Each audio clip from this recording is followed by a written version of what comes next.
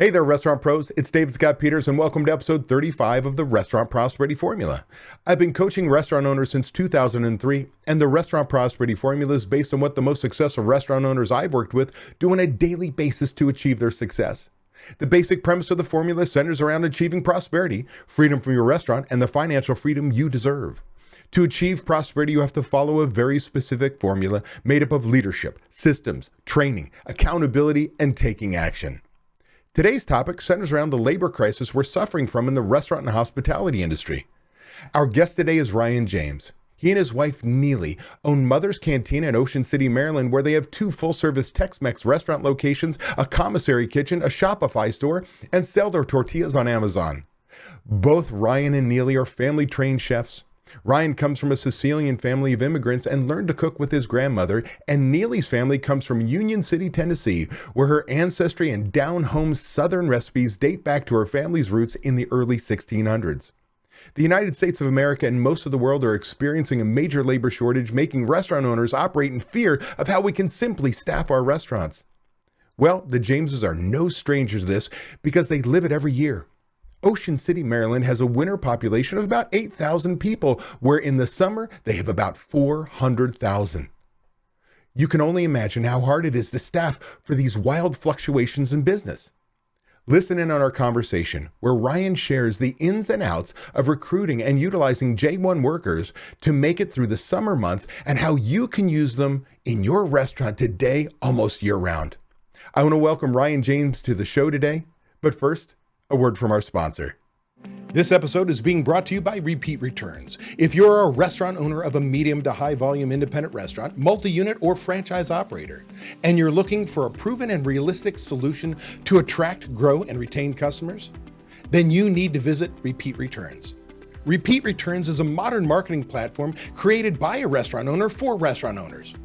It studies each customer's habits and patterns, predicts the most profitable outcome for your restaurant every single day, and deploys the marketing to make that happen. You'll never lift a finger. To see if Repeat Returns is right for you, visit repeatreturns.com/DSP. Ryan, I want to thank you so much for joining me today. Thanks for having me. Happy to be here. So just before we get started, this is going to be on YouTube, but it is a podcast, so people cannot see, if they're listening, that you're in this baby blue snowman suit.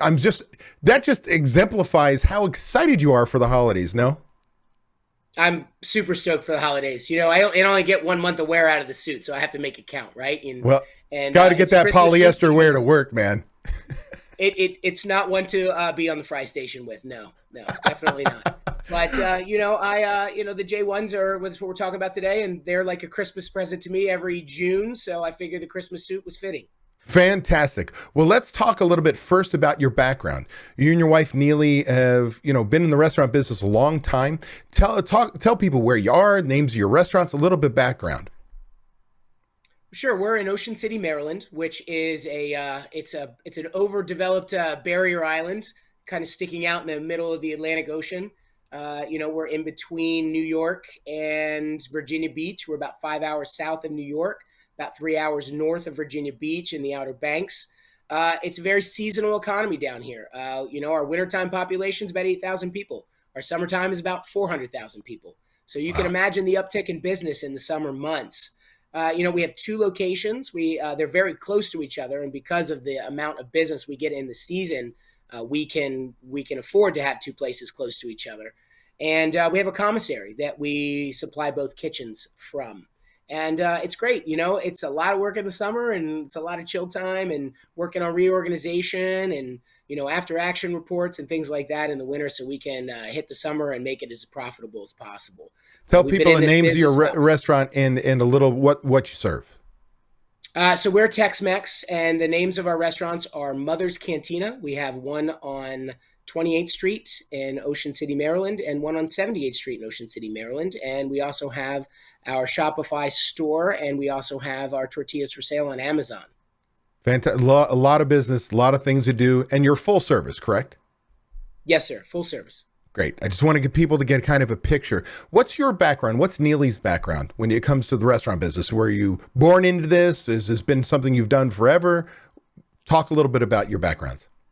Well, my wife and I were both family trained chefs. For example, my family, I come from a Sicilian family of immigrants, and we never bought bread. We had a bread drawer at my grandmother's house that always had fresh baked Italian bread in it. Awesome. We would grow and can tomatoes all summer so we could make fresh tomato sauce all winter. And Neely comes from a similar background, but her family is from Union City, Tennessee. Been in the Americas since the 1600s. You don't get more American than Neely. I mean, it's many generations back. So same thing, except her growing up was bread and butter pickles and angel biscuits and really good Southern food. So I mean, she has a cornbread recipe that will make you weak in the knees. It's so good. So we kind of learned a lot of techniques from our family. And we applied them to the restaurant business when 12 years ago we decided that we were going to leave the big city, move to the beach to raise our children, and the opportunity to buy the restaurant from some friends of mine came up, so we took it, and here we are, 12 years later, and we wouldn't have done it any other way. That's fantastic. So the reason why I wanted to bring you on is in our group coaching program, Restaurant Transformation Intensive, you have been a resource for many of our members because we're all suffering right now based on a labor shortage. And the labor shortage, as we've talked about, is worse than the pandemic restrictions for most restaurants. When you have all this business coming in and not enough employees, when you've got customers who have high expectations or unreasonable expectations or berating and being mean to our frontline staff, and it's getting more of a challenge every single day to be in the hospitality industry.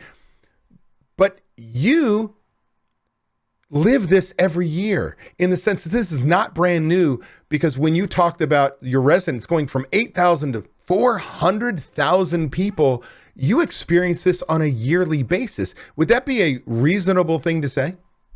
Oh, absolutely. Absolutely.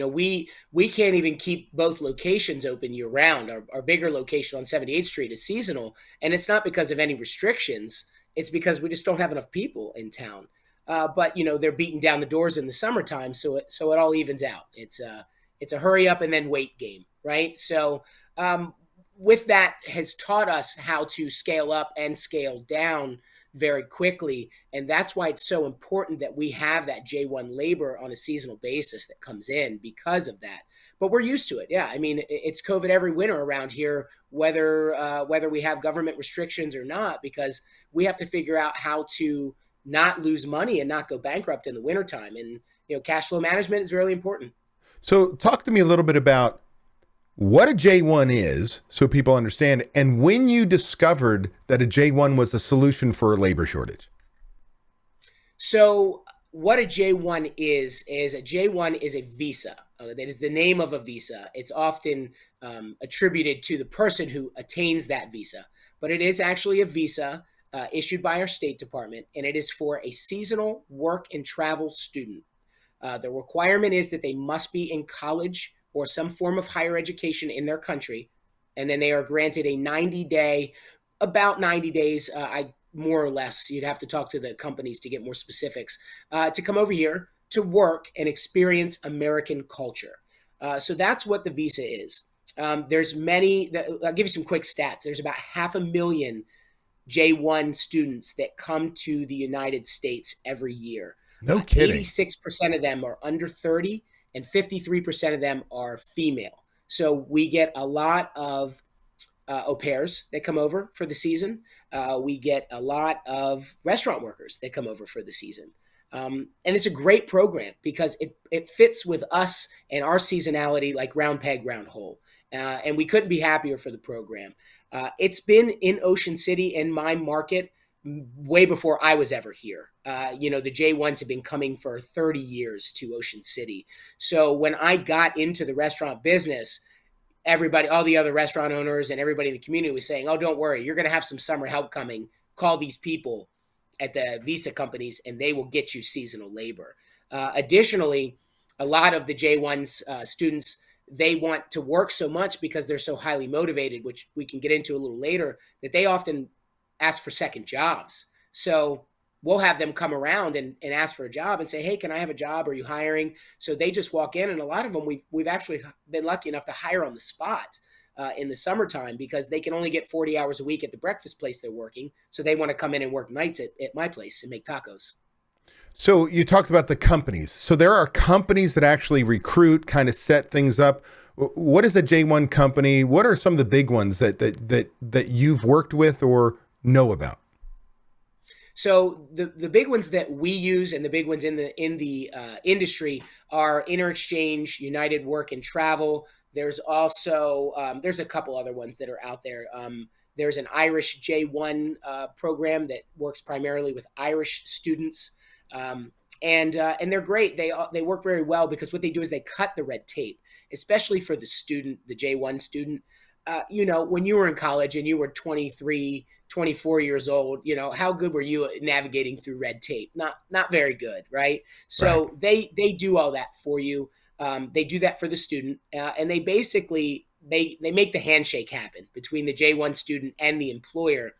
And they also insulate the student a little bit, find them housing, make sure that they're not being taken advantage of at work, making sure that their employer is reputable, has a business license, has workers' compensation insurance. They're checking the boxes that need to be checked. And that's valuable as an employer and as the J1 participant as well. They do a great job. And you can find them all online very easily with a Google search. So I'm gonna go on a limb here and say that the benefit of bringing them in, whatever the cost is, far outweighs, meaning the benefit far outweighs whatever fees there are to bring these people in. How do the J1s make money? And not the J1 employee, but the J1 companies, how do they make their money? So the students pay them. So most of the time it's free for the employer. So I don't have to pay any money to get J1 seasonal labor. The students pay. They pay about, I'm not sure exactly how much it is. It varies greatly from company to company, but they pay a fee and they basically prepay it or pay it in installments. And it's basically, they come over here and the first portion of their wages go to the J1 company. But because of where they're coming from, our money goes so far in their country that the financial cost that they incur to come over here, the benefits far outweigh it. That's fantastic. Now, let me ask you a question. We sit there and say they're going to come over here. What are the time frames? Because I know for a fact people like you, other members have had in Nags Head and in Georgia on the shore. Like these are places that have seen a lot of J1s. I've got members that I've worked with in Canada that's a big thing because they have a labor shortage and have had it forever. But we're coming into the time we're talking to each other. We're coming into the winter, right? Because you're wearing the snowman a suit. That's not a summertime thing. So a lot of people may be hearing, oh, well, they come in the summers. Can I get somebody in a different season, or is it only summertime? It really works around the country's college schedule. So, for example, if you're getting Bulgarian students, they come from a certain time to a certain time. They're usually later. They usually arrive in July and then they leave in November because in Bulgaria, college starts at the end of November. Oh, no kidding. Um, the Dominicans, they come a little earlier. They get here at the beginning of June and they leave the beginning of September. The Irish are even earlier. They sometimes get here in mid-May and then leave at mid-August because they start school the same time the Americans start school, right after Labor Day. First week of September, they're hitting the books. So you'd have to talk to the companies and find out what countries J1 students can come over at what time of year. I haven't really delved into the wintertime needs because we're so seasonal personally. Right. So our bread and butter is people that get here the beginning of June and leave the beginning of September. Well, that still leaves a lot of months covered. If we go from May to what I think you said, October, November, that's a lot of the year. And so often, many of us are, even if we're not very seasonal, winter months, if you're in a very cold temperature, your sales may drop anyway, and that's not the time you definitely need them. So that creates a lot of flexibility. But what motivates these kids to come over? And I call them kids because I'm old, right? If you're 20 something, you're an adult, but they're kids. So I get it. So what motivates them? Why do they want to come over? Well, they're highly motivated, and it's a huge asset of the program is how motivated that these J1 participants are. They're college students, so they're pursuing higher education right away. So that's not free, and they have to make a lot of money. Come countries, so they have to support themselves. So they come over here. They've had to pay for their way to get over here. They've had to pay for their sponsorship. They have to pay for their room and board while they're here. They have to save for their college tuition. And oh, by the way, they probably have to send some money home to their parents in Nepal that need money to subsidize their living expenses, right? To help pay the rent on the house that parents live in Kathmandu or something like that, right? So they come over here ready to work and ready to make money, and they're motivated by necessity, not by luxury. So you get a different caliber of worker sometimes with that. They come over here, they're ready to work.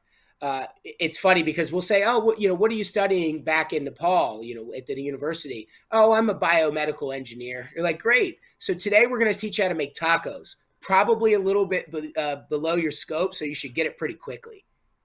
So if they're coming over and they're earning the wage that's here, do you have to pay more for them? Do you have a special sliding scale? If I'm in a tip credit state, and you're a server, are you still a server and making the $213 or adjusted wage plus tips? Or is there a restriction, a minimum that you have to pay them? No, by law, they get the same labor laws, wages, hours, benefits that a worker from America would. So in the eyes of basically labor laws, they are the same as an American worker. They get overtime at 40 hours. The only thing we don't have to do is if health insurance is mandatory or 401k, since they are seasonal, you do not have to offer that to them. But other than that, they're the same. Let me explore one thing, because all companies are not created equal. I know I've had some members who have used J1s, and the company they used, the employer had to provide housing, literally provide housing. And it was okay because they were Airbnb kind of people, and they had a bunch of apartments, and they, put people in there. But that's not always the case, right? Talk a little bit about housing. Do I have to? Do I just have to give them a landlord to talk to? What are the restrictions regarding living space? That's market specific to my understanding. So I am in a market that is in a housing shortage, right? COVID caused a lot of people to leave the big cities and come and enjoy beach life. So all the seasonal rentals are now occupied year round in my little barrier island town here.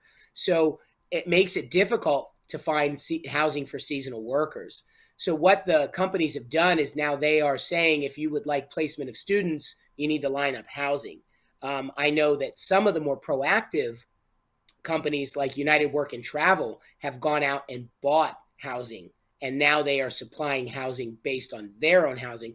So it's good because they're also getting the revenue from the rent as well. I have gone out and acquired some housing specifically for J1s as well. But not everybody has those means to do that. But at the same time, your market might not need it. So you're not paying for their rent. They're actually renting from you. You're paying them, and they're paying you to live in that facility, that house, right? Correct. Yep. So there's not a lot of downside when we start to look at this. I'm going to get the age group that's motivated, that fits my business, wants to do, fills times where I can't find employees. There's got to be some cons. There's got to be what's the catch here? This sounds too good to be true. What should I as a restaurant operator be thinking about? What are some of the downsides or things you really got to think about before you go out and get a J1 worker? Well, yeah, I mean, there is some cons. I mean, the genie comes out of the lamp and gives you your 3 wishes, and then you get them granted, and poof, they're gone. So, come the fall, when you still might be busy on weekends, or you still might have some seasonal bumps. It's a nice weekend, so we're packed the boardwalk's packed. So our 28th Street location, which is right next to the boardwalk, is packed, but all our J1s are gone, and we're back on a skeleton crew. So that's a bit of a con, but if you have good systems in place, your process, restaurant intensive, teaches a lot of systems. If you have these systems in place, you have 90 days to prepare for that. So you can get ahead of the game. and it's great. So another con is that they're motivated by money, right? They want to come over here, they want to make as much money as they can, and when they want to go back to their country, go to college and not work and be able to support their family. Right. So they could tend to linger around on the clock a little bit. So you're going to need to coach your managers, use your checklists, make sure that it has on there, check for overtime every day on your manager's checklists to make sure that they're not sucking up that clock, because they can hoover that money, that summertime profit, right out of your bank account if you're not careful. But if you've got the right systems in place, you're doing that with your regular employees anyway. It's not like it's, my special J1s are these rat bastards who are milking the clock. That sounds like every kitchen in the world if you're not managing it, Absolutely. Absolutely. And, that's a really good point. And, but a wise man once said, if you create a system and you don't measure it, then that system can go away. And I think he also said that which we measure improves, right? So you have to keep measuring that system and watching that clock and holding your managers accountable to make sure that they are not eating up the clock.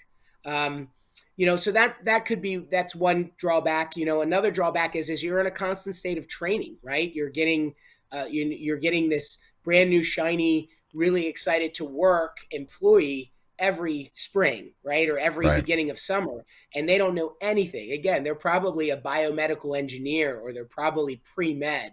So they have not worked in a restaurant before, no experience whatsoever. So you need to have systems in place that make it palatable for them to learn the job. For example, have your station set up behind your cooking line, and make the taco guy, make the middle guy, the middle guy, make the grill guy, and teach them those stations so that there is a quick learning curve. I'm really, because of what you taught me, there's no job in our restaurant that's not a manager job that we can teach somebody that takes more than 3 days. So, if we lose somebody, we're only down at that position for about 3 days. We get somebody else, we train them in 3 shifts. They're ready to go because of the systems we have in place. And it's because of the systems you taught us. So that could be a con, because you're in a constant state of training. But if you're ready for it, you're ready for it. So let me ask you one more question when it comes to, could be a con, it might not be. I don't know. That's why I'm asking. Can I fire them? Like if they do something egregious, like go against our policies and procedures, or am I contracted and I own this person for the 90 days? Yeah, I mean, for sure. Listen, they all come over here, and it's not always hearts and butterflies and unicorns and rainbows with the J1s. You do get your bad apples. There's 2 reasons that people don't do something, in my opinion, is they don't know or they don't care, right? And if they don't know, it's my fault because it's a training issue. I haven't trained them properly. And if they don't care, then it's my fault because I haven't promoted them to customer, right, at that point. And so we have to do that. Sometimes we come over. We had a guy last year came over, and we're open from 4 to 10 p.m. He knew that when he came over. He worked 1 shift. He goes, "Yeah, I really don't want to work past noon." And I said, "Okay, well, probably not the job for you then, because we don't even open until 4, and we hired you as a taco maker." So that happens, but you can fire them, and they actually have to report to their sponsor company if they change jobs, and if they fail to do that, then they could not be allowed back the following year. They get on a blacklist if they don't do the right thing. So there's a little bit of a pro that comes out of that, because they are also very loyal to you and willing to do things because they know they could jeopardize their future sponsorship coming back over. So if I were looking at this as brand new, we're listening, we've never had J1 workers, and we're living this labor shortage, what would you tell somebody? Would you tell them, yes, you need to do it, or you need to do it only if you meet these criteria? Is there anything special you've been thinking about trying to decide whether I would pull the trigger and contact one of these companies and bring these temporary workers in?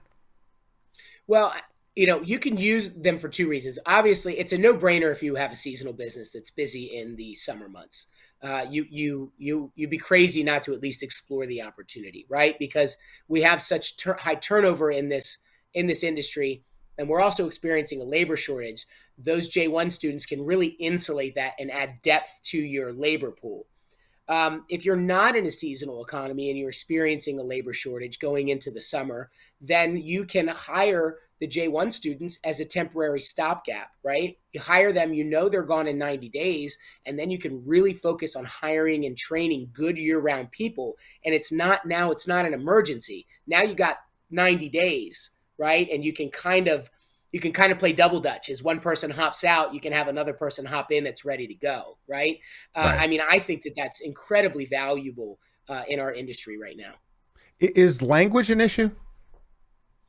Um, Sometimes that's a good point. There are on their applications that you get to review before you select the students or the students are recommended to you. They have English qualification levels, so you can say I need a 9 English, so somebody that's fluent that could work in your front of the house, or I only need a 5 English.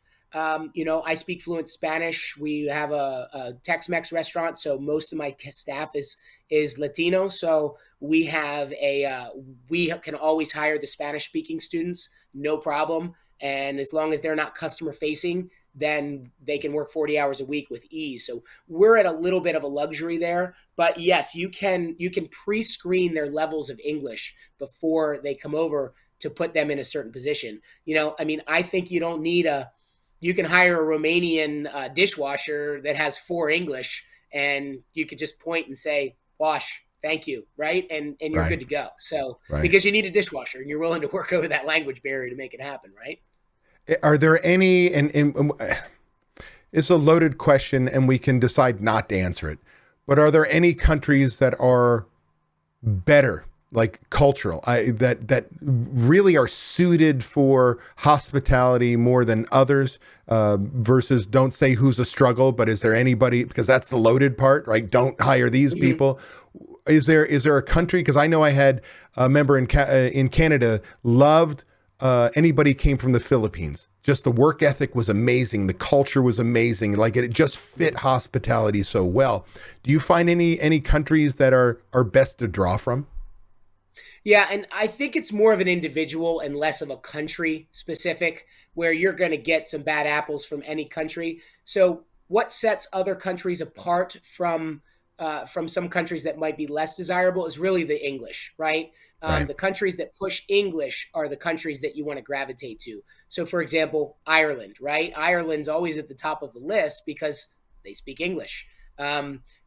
Sometimes after a couple Jamesons, they don't speak English, or they're speaking English, but we can't understand it. But for the most part, when we're doing a good amount of business, the Irish are great. Another thing with Nepal, for example, you might not think Nepalese, but all their business is done in English in Nepal. So they come over here, and most of them have spectacular English. So that's a good one as well.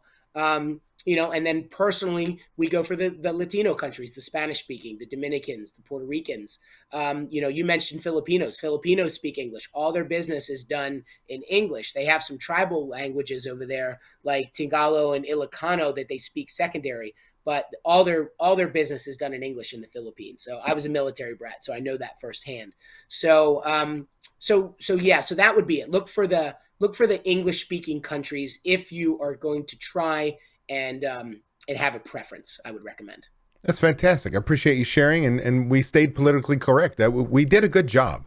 Um, I want to thank you so much for coming on and sharing this. Like again, it's been multiple group coaching calls that the J1 topic has come up, and you become our authority.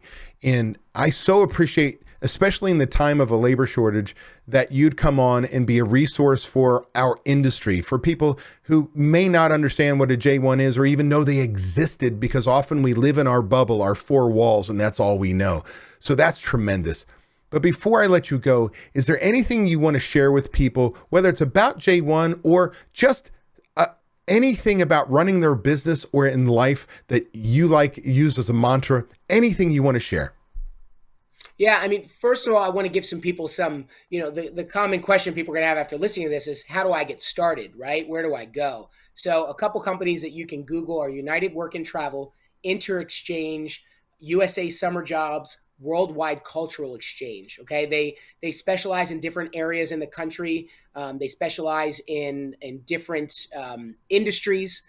some people are better with hotel workers. Some people are better with restaurant workers. Some people are better with amusement park workers. So, some of the people that might be listening to this might have a restaurant and a small water park. Some people might have a B&B with a restaurant. So you want to find the J1 sponsor company that matches your business. That's very important. And that's a good first step. And it doesn't hurt to look. Knowledge is power, right? Go out there and get the knowledge, see if this is right for you, because it can have a tremendous benefit to your business. And then, personally, this is the hardest industry, right? I've heard you say it many times. So you got to take time out to live your life and do what you need to do. If you take a night off because you feel that you need to go exercise, or there's a jujitsu class you want to do or something like that, do it. Nobody will die if you're not at the restaurant on a Tuesday night because you're taking care of yourself. So take care of yourself, guys, please. Amen.